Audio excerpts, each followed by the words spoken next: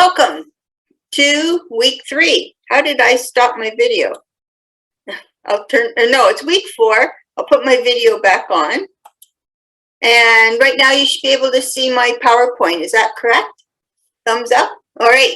So it's health and safety, and we're getting ready for assignment number 1, which is your proposal around a wellness program for the pharmacy. So the plan for today is to spend some time just going over those 13 factors to make sure that you are all comfortable with those factors. And then we're going to talk a bit about assignment number 1, unless you want me to talk about the assignment first. Put your hand up if you want the assignment first, and I can go straight there. Okay, we'll do the 13. Okay. And the reason why I wanted to go through these was because they are key to the assignment, understanding them, because you're going to be making some recommendations in terms of what Aisha can, not Aisha, what the owner can do, because I've forgotten her name right now, in terms of upgrading the mental wellness program at the pharmacy. And so I first of all just wanted to present a framework for understanding where these 13 factors fit in. And then each of you were given one factor to try and encapsulate into 10 words or less. So what I was going to do is, once I've gone through those for each one of them, I'm going to type in what you've sort of said about what it is or what it might look like. And then when I post it, we'll all have access to that material. So does that sound good to you guys? So when we get to your topic, you can speak up. But I wanted to start with the framework because we really need, when we're doing strategic human resources, it has to be linked to the strategy of the organization. And so in developing this particular framework, they put together this diagram I'm going to share with you that sort of shows how you link it all together. But you start with the vision, and there was some information in the case study about what the strategic goals of the pharmacy are. But what is it about that workplace where they want to promote the worker's psychological well-being and ensure that there's no mental health issues because of negligence, recklessness, or anything intentional? And the drivers for these things are risk management, cost effectiveness, our recruitment and selection processes, and organizational excellence and sustainability. And then that sort of upheld by the whole idea of, I wonder who Jackson is. Sorry, I just got a note saying Jackson was joining us, but I don't have a Jackson in the class. So we'll see who this is. And so we have strategic pillars of prevention, promotion, and resolution. Thank you. Oh, can I take this? So Jackson, I'm going to get you to mute yourself if you wouldn't mind. I don't know who you are, but welcome to the class. Oh, it's Kim. I don't know why it signed on as Jackson. That's weird. Okay. And so then underneath I'm using someone else's computer because mine wouldn't work today for some reason. Okay, no problem. I'm glad you're here, Jackson/Kim. Can I fix? Oh, rename. Here we go. Perfect. Okay, and if you go on mute, you can rename yourself and maybe open your camera at some point. There you go, Kim. And if you want to open your camera, you can do that too. And so then once we've got this sort of strategic framework in place, that's where those 13 work factors come in. And so what your challenge is in the assignment is to go through the data that's been collected about these 13 workplace factors and decide where we're best to spend money in trying to build a wellness program that would be in line with the organization's strategic goals. And of course, once we figure that out, we've got to make sure that we're integrating into organizational policies, processes, and practices. I don't know why they didn't put practices there, but practice is the most important thing. Because if I only have it on paper, then it's not doing anything. But I need to make sure that it becomes what we're doing on an everyday basis. And we also want to make sure that we go through a continual process of evaluating our efforts and making sure that we're improving upon them. Okay? So that's sort of a theoretical framework in terms of, you know, how we're going to link it all to our strategic goals. So we're going to start with, I don't even know what order these are in, but when you see yours, who was balance? Dawn. So if Dawn could tell us, so what I did was I went and I pulled off from the PDF that had the employee kind of things. These are things that you can do as an employee. But Dawn, what did balance, what did you come up as a statement for balance if we're trying to achieve that within the organization? I had balance is the ability of employees to balance their work and family, personal lives, and responsibilities. Balance work, personal life, and what was the third one? Family and responsibilities. So can you give us an example maybe from your workplace as to what that might look like? We don't Non-existent. balance is one of our strong suits. From our workplace, I'm struggling with that one. Has anybody got something that in their workplace would lead to balance? A lot of ours is not so much overtime. For my department anyway, it's not so much overtime. It's the amount of work you're doing during the day just leaves you exhausted when you go home. Okay. So let Overtasked. example, not working, overtaxed, too much work in the day. I'll give you an example from when I was teaching. The balance, it came and it went. Like there was when I was teaching full time, there was a sort of a 4-month cycle where, you know, you came into the semester, there was a pile of stuff that was going on. You had to get your learning management site up and working. And so there was a lot of action. Then you had a couple of weeks where things were kind of quiet. That's when I would go to Winners and stuff.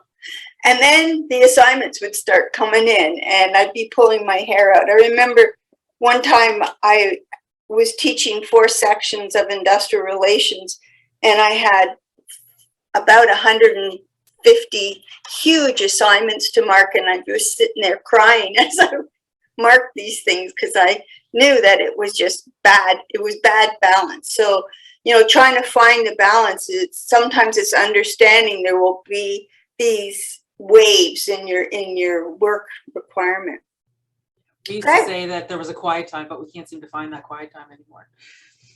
Yeah. So what do you think that, what's contributed to that, Dawn? In our department, just additional tasks. It's keeping things at it. COVID did not help. The vaccine mandate did not help. We've had a lot of things that kind of have buried us in work over the last few months. Okay. And I've only been in my job a year, so that doesn't help. Okay. Okay. Well, thanks for sharing those things and some notes from that discussion. The next one is civility and respect, and I think that one was Kim, wasn't it? So you have to unmute now. There we go. So Kim, what did you have to say about civility and respect? So basically, you know, based on what I ingested on it, it was exhibiting the care and consideration, respecting the perspective of others, and acknowledging dignity of everyone in the workplace. What was the middle one? It was respecting the perspectives of everyone around you. just basically each person's take on a situation, giving everyone's input. I think that's so very important.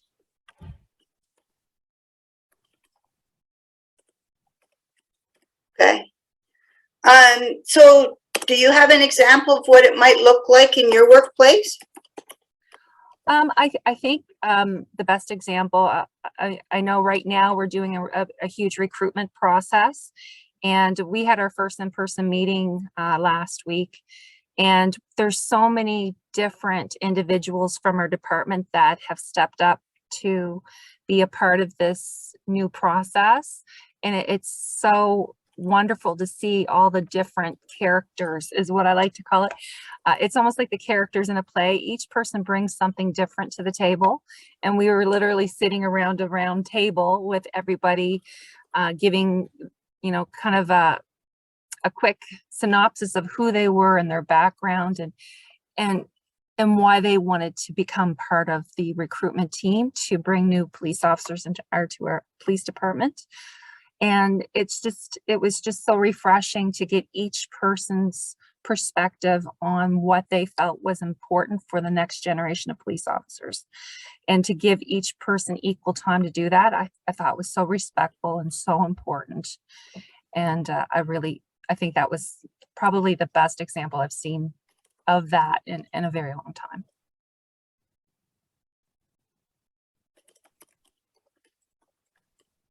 That sounds great. Yeah. Yeah, that sounds really good. And a real change, I would assume, from. You know what, it really is. It's definitely, we're coming into a new generation of policing, and to have so many people involved in the process. I mean, you know, didn't see that in the past. It was never something that they had your average everyday police officer involved in. And we have, you know, all ranks of people, like the really in the room, rank doesn't matter. It's who you are as a person, Yeah. and what your experiences are, and what you bring to the table, and how you can share those with the people who are looking at pursuing a career in policing, and how you can encourage people to even, you know, think about the potential of becoming a police officer when maybe it may have been something that never crossed their mind before. Cool. Great. Yeah. Thank you for sharing. All righty. The next one, clear leadership expectations. And I knew that who was supposed to do leadership? Leadership. Oh, I can't remember who was supposed to do it, but I knew they weren't around. So the definition that I put in the assignment was about effective leadership and support, so that employees know that what they need to do, have confidence in their leaders, and understand impending changes. Now, why might that be important in the case of the pharmacy?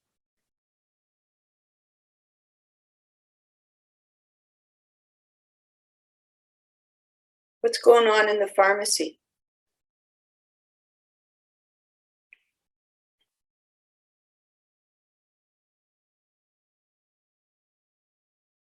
For impending changes, if there's about to be a wellness plan put in place, it would be good to let people know what to expect, whether that's training or additional resources, but also maybe even just as a heads up that it's a good idea to implement this, not that anyone particularly is in trouble and needs a civility and respect process put into place or whatever.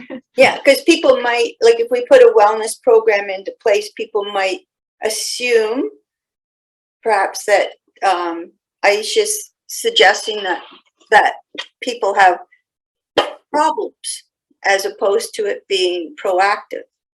What else is going on at the pharmacy? Because that's a good example of a very specific change that's going to cause some anxiety. But what else is going on that might cause some anxiety?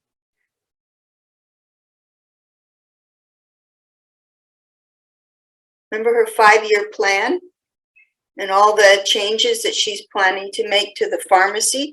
And that's going to impact on jobs and how people are doing things. So as she brings in specialized areas, she might need to hire some people who can speak directly to the products and services in those specialized areas, and other people might not be needed anymore. So her ability to share what's happening and the timelines and all of that will be really important. Okay, engagement. That was Rachel, and I knew she wasn't coming today. And that's about employees being connected to their workplace, to their coworkers, and their organization. So, who's feeling connected these days? I'm not a single hand, eh? So this whole idea of engagement, especially when we're working either remote or hybrid or some weird combination of everything above, is something that we really need to pay some attention to.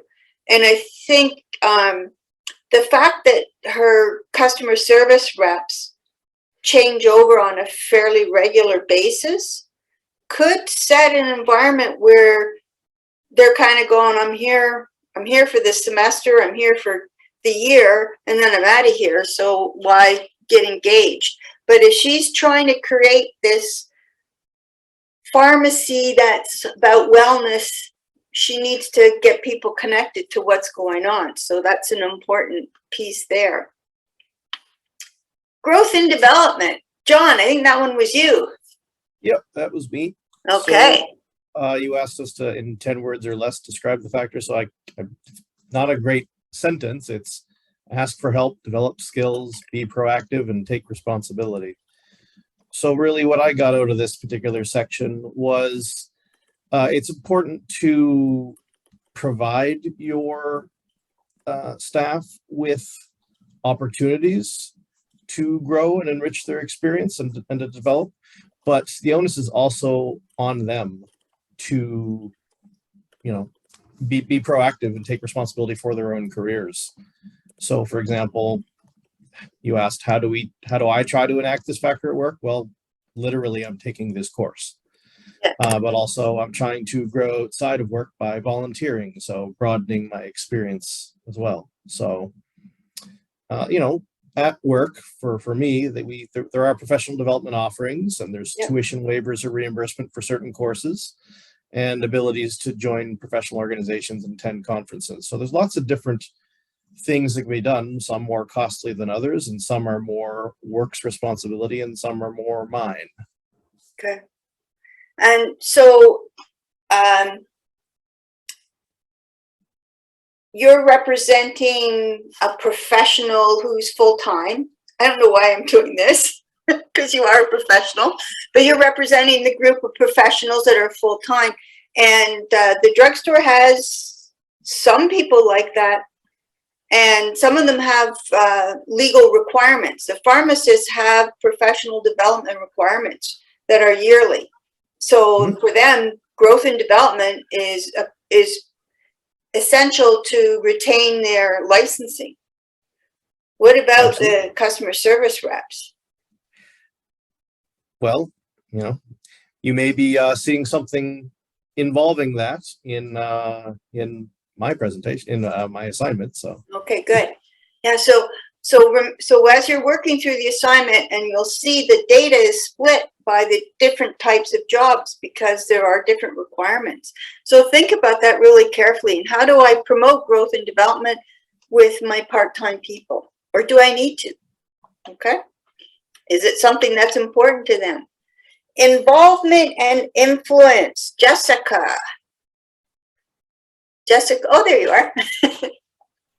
Hey. I just put be included, share, and participate respectfully. Be included. And share and participate respectfully.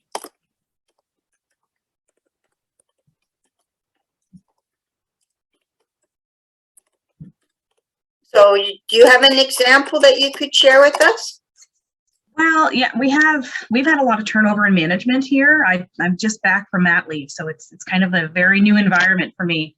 But I've noticed there's been a lot more meetings when there's big changes coming, and they tend to they're expanding the scope of people that they generally ask. So, you know, people that usually aren't involved still might have good input. So it seems like they're asking. Now, you know, that's not always taken into consideration when the decision's made, but baby steps, they're being asked. So they're asking for input regarding changes. Yeah. To people's responsibilities, is that? No, just change of process, and you know, it's a different environment here now. I'll keep it general, I'll just say workplace. Yeah. Okay, so yeah, so it's sort of a double-edged sword, right? Because when Human Resources sends out all kinds of surveys asking information, like an engagement survey and stuff, if there is no follow-up in terms of this is the information that you provided and this is the action we're planning to take and this is the action we actually took, what happens?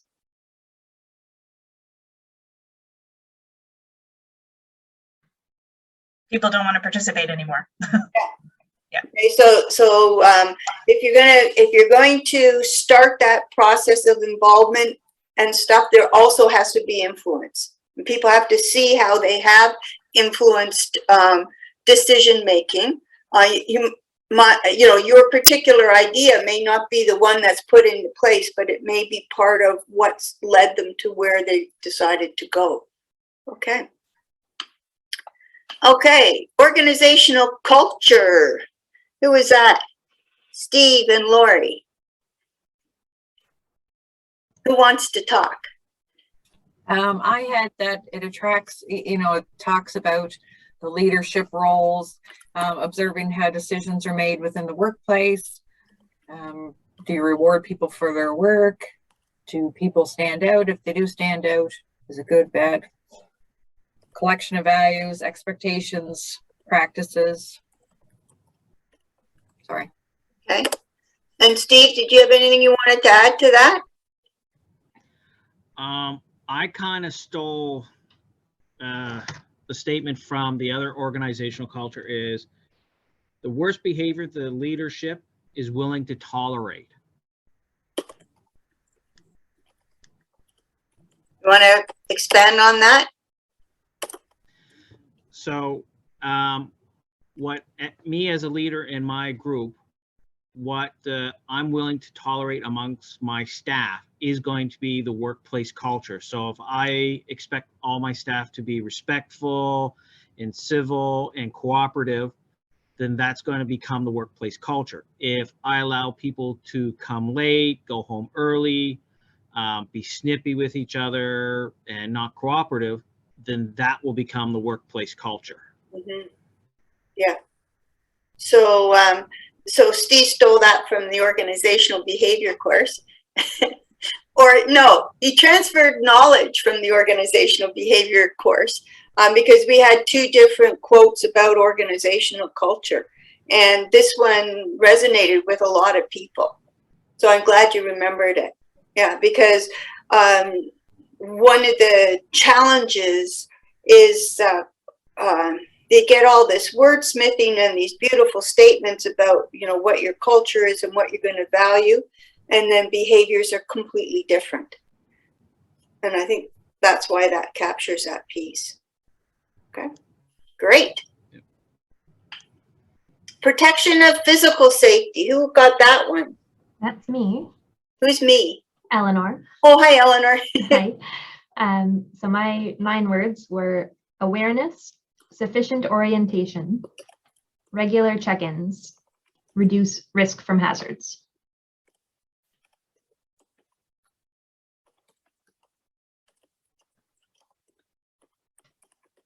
So do you have an example? Yeah, I'm in an office environment, so in my sessions, it said about how physical safety can still impact mental and social, psychological well-being. So ergonomic assessments And again, and that regular check-in and access to ergonomic training is a good way to be proactive about hazards that build up over time and can have an impact on staff. And given our dependency on remote, helping people to make their at-home workspace safe, and that becomes more important, because I think a lot of people were trying to run their office out of their bed, and then they started getting back pain and all kinds of stuff. And so how do we set up an appropriate workstation if we're going to be putting together a full work day? Yep, Great. I actually put that in my employer advice. I had a couple of suggestions, but one was that we did begin a policy document for work from home standards, but for whatever reason it was paused, because it does certainly open up a large discussion about liability and responsibility.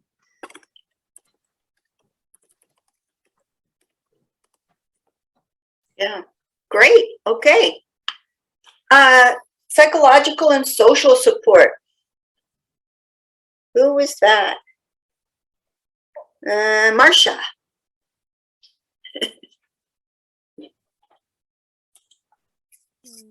Oh, you're on mute, I think. You're not on mute? Can you hear me? Now we can hear you. Yeah. Okay, sorry. I guess my volume was too low. So this is, for me, it was the level of trust and connections that exist in a workplace.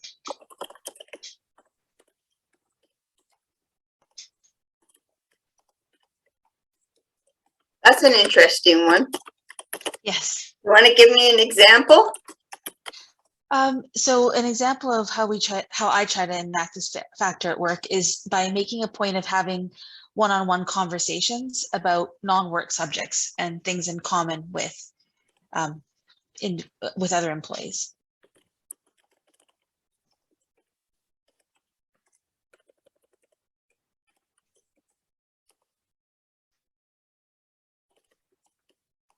So an example, sorry, can you give me an example of one?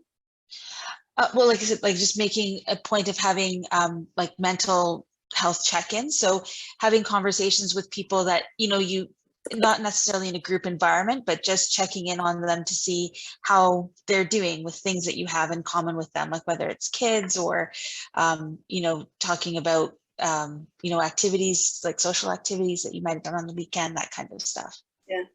I was reading about one practice where at the beginning of the Zoom meeting, the manager would ask the group to give themselves a rating from 1, which is a disaster zone, to 5, which is, feeling great and ready to take on the world, and sort of where were they psychologically and stuff. And then if somebody was really low on the scale, it provided a jumping board to ask some questions to see if there was anything that could be done to help move them up the scale a bit. Yeah, that's great. I'm not sure. I don't know. How would you guys feel like if I started the session doing something like that? Would you actually say like you were a 1? I think that sounds better for a one-on-one Zoom. Yeah, I think it would be. I think with a larger group, it would really be tough to do. Or we talked about, have you guys ever heard the term psychological safety? Yeah. So that whole idea of, developing that culture within your group where it's safe enough for you guys to say what you need to say and know that people are going to listen, not react to it. So it sort of depends on the group. I think it would be really tough with most groups to ask that question and expect to get true responses. But if you had developed that psychological safety, you may be able to. Psychological demands. So this one, I think the person's away today too, or wasn't able to come to this, but this was an interesting one about the fit between the employees' interpersonal and emotional competencies and their job skills and the job they have. And I posted that video probably a week and a half ago from Marcus Buckingham, about being strength focused. So, and that's sort of getting to that whole thing. So what is it that you're good at? When are you doing stuff and time goes zipping by because you're in the flow of work and just loving it? And when is it, when did the clock stop? What were you doing when the clock stopped and you thought you were never going to get out of there?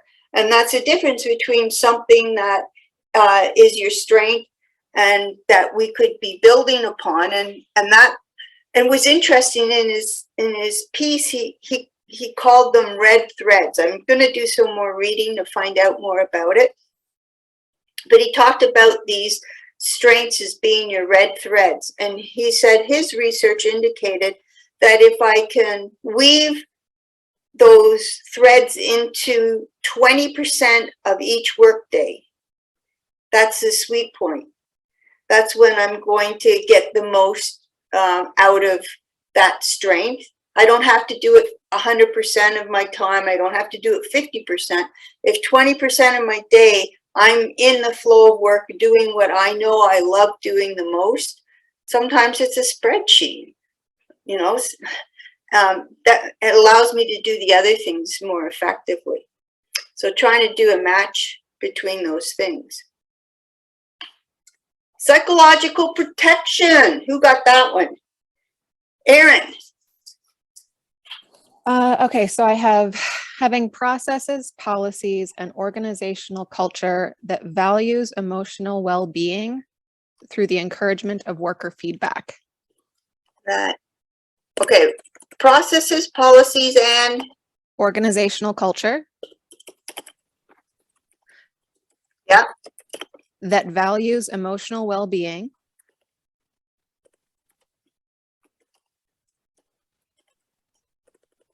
through the encouragement of worker feedback.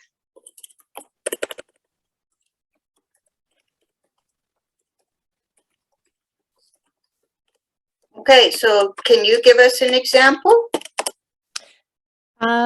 Yeah.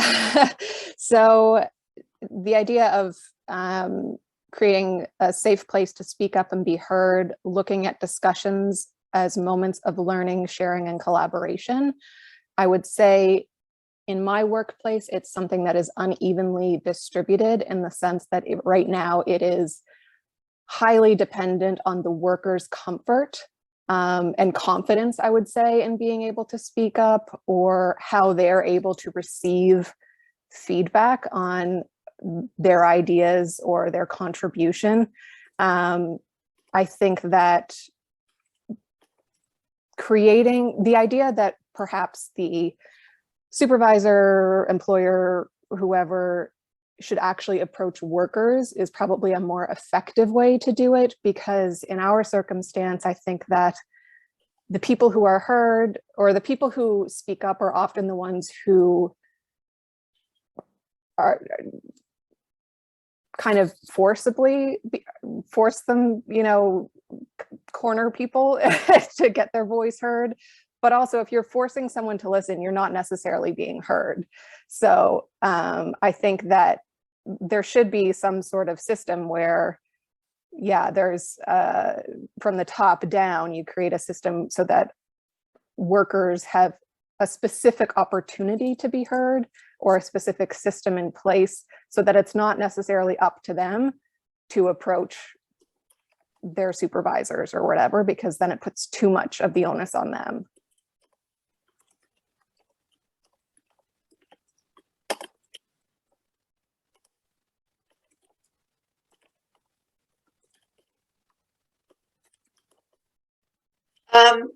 Okay. Did anybody get a chance to watch the webinar about microaggressions that I posted? So there's a lot of discussion. It was all attached to the inclusion piece. And there's a lot of discussion about microaggressions, and they're just little things that happen on a regular basis that make people feel less than what they are. And an example that sort of blows my mind is apparently, especially with Black females, in the workplace, people seem to think that it's okay to touch and feel their hair. And so if you have, like, that's an invasion of personal space. And so there were a whole bunch of examples of things that people do that aren't intended to exclude somebody or make them feel bad, but they do. And so when I look at this sort of idea of what you can do as an individual in terms of speaking up, that's when you call it. You know, when you say to somebody, hey, is that what you really intended to say or do? Because I don't think that's making Kim or John or Steve or Eleanor comfortable. You know, and just sort of so understanding what, and certainly in the research that they've done about inclusion of women in the workplace, they're leaning heavy on white males to speak up, because the research already indicates that white males are heard better than females in general. And so when a white male is saying, no, that is discriminatory and we shouldn't be doing that, that's heard, and it's important that they are speaking. So those are some examples that are out there that we can think about. Okay, recognition and rewards. We don't have anybody? Anybody look at that one and think about it? Let me see what I put on my thing. I just have to move you. I've got many layers of stuff going on in front of me. Recognition and rewards. Here it is. A work environment where there is appropriate acknowledgement and appreciation of employees' efforts in a fair and timely manner. I'll throw that in. Anybody got an example that might fit that one? Yeah, Kim. I think probably the best example within our department, people quite often are recognized for their service with the police department. In 5-year increments, they'll get a special pin, and of course, there's a big ceremony for their 20 years. With COVID, of course, a lot of those special ceremonies and recognitions kind of went the wayside, and you can see it's a real morale killer when people aren't recognized for, you know, putting the time in to really, you know, commit to the job, and it's sad to see that. And it still hasn't been re-implemented where we're having any type of ceremonies for these individuals. And I hope that we get to the point where those things, or they come up with some other way of recognizing our members for those significant events. And it's like I said, for the past 2 or 3 years, it's just hasn't been done. And I do wish that they could have come up with a virtual type of event. It just never happened, never came to fruition. And you can hear people saying, oh, well, I never got my pin, or, oh, I missed out on my 20-year, you know, ceremony, and, you know, don't know if I'll ever receive it. And it means something. It was something they were looking, just like, you know, the kids. I know a lot of the parents in our neighborhood, you know, the kids were counting on proms and special graduation ceremonies. So when you don't have that recognition, those rewards for special occasions, it makes a huge difference in your morale. I really, truly believe that.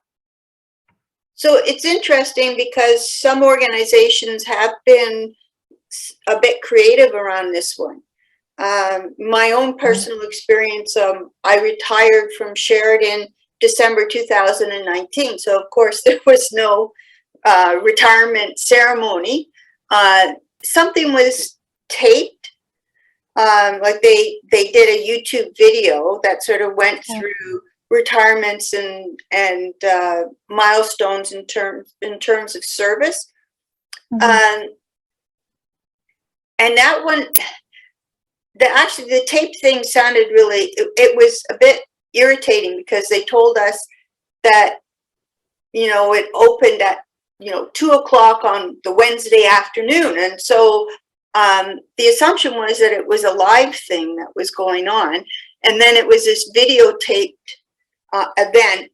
And it was sort of like, why did I have to reschedule my entire day for this? But what happened was I got a package in the mail, and in it, one of the things they collected was words that your coworkers had used to describe you. And that thing has become very important to me. John, you have a comment. Yeah, I just wanted to say that, you know, some of these things are seen by rather cynically by some staff, but I think it can be really dangerous when those kinds of things are expected and then not done. So just kind of reinforcing what was just said there. You know, if you've always had some kind of, you know, holiday celebration to acknowledge staff contributions or whatever like that, and then because of the pandemic, oh, well, we just can't do anything, so we're not going to do anything. A lot of damage can be done, and I think that's really damaged a lot of workplaces. Yeah. But in addition to that, in terms of recognition and whatnot, as part of the Great Resignation, as they call it, with a lot of people leaving during the pandemic, and then sometimes things not being done when people have left positions and whatnot, that can really also do lasting damage, not only to the person who leaves, but to the people who are still there as well, because they see what ultimately how management dealt with you know, their colleagues leaving and whatnot like that. So for example, as you know, from a previous assignment, I did leave a previous position last year, and my departure was handled very, very poorly. And a lot of my colleagues, they remember that, and they're keeping that in mind in terms of their loyalty to the organization. So in terms of recognition and rewards, I mean, it may seem trivial to some, but some of it really does matter. Ryland just changed a bit. I don't know if you can see your dog joined us. Yeah, so what I'm hearing you say, John, is even if you're not going to do it as well as you would normally do it, not doing it is a big mistake. Yeah. Dawn, did you have a comment? Yeah, we do a recognition of service awards every year for different groups, but we decided that we would do it online because of COVID, we couldn't bring everybody together. And there was some of us who thought nobody's going to attend that. But surprisingly, everybody did. And everybody seemed to really enjoy it. Yeah. So yes, definitely even putting the effort in to do the online was better than not doing the in-person. Yeah. And the other thing I've noticed on LinkedIn are the number of people who are putting up announcements about joining new companies, and they're sharing the package that the onboarding package that's been sent to them. So it might include a t-shirt and a hat, or what, you know, something, you know, some branding stuff from the organization, a coffee mug, and they're pretty chuffed about the whole thing. So it doesn't require a lot. It just requires, it's more the effort and the consistency and effort that I'm hearing from you guys. So recognition and rewards. And the last one, workload management. Who got that beautiful one? Ryland. Yeah, it was a little bit ironic. I had to chuckle. Can you get out of the picture, please? What's his name? Jack, and the window just happens to be on the other side of me from the computer. So I summarized it really, communication is key. Or communication and prioritization is key. Stop. Get down. Okay. So it's, you know, as far as managing your workload, most people are able to set their own priorities and determine where they're at in their day and what they need to accomplish in their day, week, etc. But when new things come up or you do start to run into that sense of overwhelming or indecision, having communication both ways between management and yourself helps understand and make sure that everybody has the same priorities and is working towards the same goals, so that you're not prioritizing something above that really isn't a big priority for the organization. Okay. So, so a lot of discussion. Yeah. And making sure that people understand. And I find it kind of interesting because one of the things I put in when I was developing the course, Ontario had announced that they were going to put in the right to disconnect legislation, and they have actually put it in. And that's part of the workload management. It's not only about the amount of work, but when it's happening. Because people were experiencing a lack, I guess it was organizations were sort of missing some kind of guidelines about appropriate electronic communication. And that was, anybody want to talk about that experience? So again, I mentioned this one was ironic. I actually had to convince my boss to let me do an extended work week and do 60 hours. We're in a startup right now, and I was running into for a couple months there where in 40 hours, there just was no physical way that I was going to get what we needed to done, because I was almost doing two positions. And so in order to get that second one accomplished, it took away from the first one. And so I've been granted this for a temporary time period to allow us to get some of the things developed that we needed to. But in speaking to that time, with that extra amount of work time, there's also that take home, because I do have a staff that until we build out and establish those secondary tiers of management or supervision, they need to be able to get a hold of me basically anytime we're opened, and we run a 16-hour day at our facility. And so it does become challenging sometimes to say, okay, at what point am I not available? Because it's very rare that I can be unavailable. Okay. So one of the things that we developed in organizational behavior, which people responded to pretty positively, was a communication guide that you develop with your group. And we're in the process of building one. Yeah. Yeah. So just a lot of development. It takes time to set those things up, and it's hard to do them while you're running, like while you're trying to fill your 40-hour week. to be developing all those extra things that make that easier is really tricky. So yeah. Okay. So workload management, and you can, and you know, things like the Great Resignation is putting additional stress on this thing, because you know, companies are going, listen, we can't hire enough people. So in the short term, we'll just get by with the people that we've got, and everybody's going to just work a little bit harder. And eventually it starts to become more than what people can manage. Okay. Did anybody want to go back to any of the 13 and ask any questions about them before I move it along? We've got 10 minutes left. Okay. Okay, so this I'll post up on the site under the facilitated discussion for week 4, so you can see this, because assignment number 1, I'm sure you've already started looking at it because it's due at the end of the week. You're going to put together a proposal for this wellness program. And so I had a couple of things I just wanted to emphasize. I will be looking at its link to the organization's strategic goals. Those, where did you guys find the goals, or have you found them?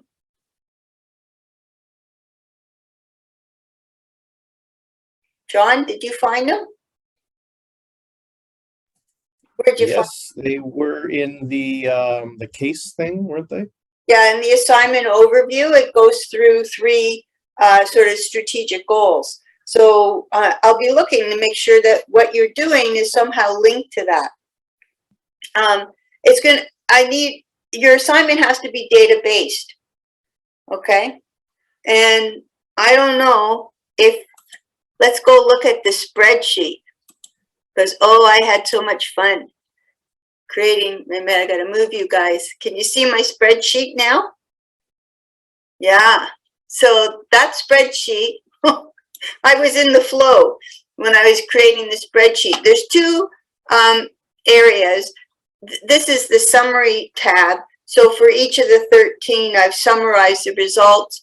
This 2020 survey, that's sort of your benchmark. That's to let you know. So in 2020, I think it was Queen's University did a study on the 13 factors at a variety of organizations. And so that's sort of how things look there. And then I split it between management, pharmacists, and the customer service reps, because they are very different needs that each of those types of workers have. And so you can see that where management thinks things are really great for workload management, the customer service reps are thinking something very different. So when you're coming up with a proposal, that proposal might be focused on a particular group. Like if you think a particular group, and if you kind of think about the case study, she's having more and more problems hiring customer service reps.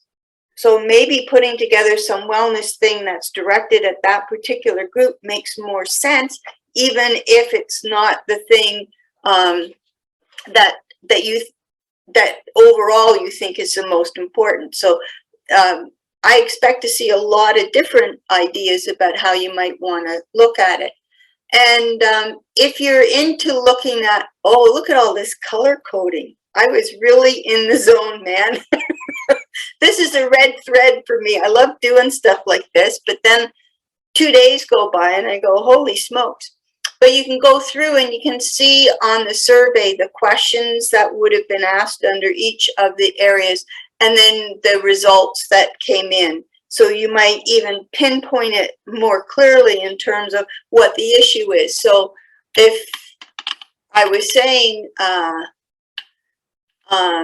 what I said, workload was an issue and it was for the customer service reps, then I can go and try and see specifically, was there something going on, and can I really focus my proposal based on that, okay? So that's what I mean by data linked. I'm going to move you so I can go back to, go back to the PowerPoint. So you're going to propose initiatives. There's only 2 that I'm asking you to propose, and if it's for a specific group, that's fine. If it's for all of the employees, that's fine as well. And there's a request to sort of help us understand the process of bringing it in. And I was suggesting this is where diagrams, do a flow chart or something in terms of what needs to happen in order to get this thing operationalized, okay? Now you do have the opportunity to work with another person if you would like to. If you prefer working on your own, go for it. It's up to you. And it's due Friday night, right? Is that enough time? Kim's going, no. Kim, you want to speak up?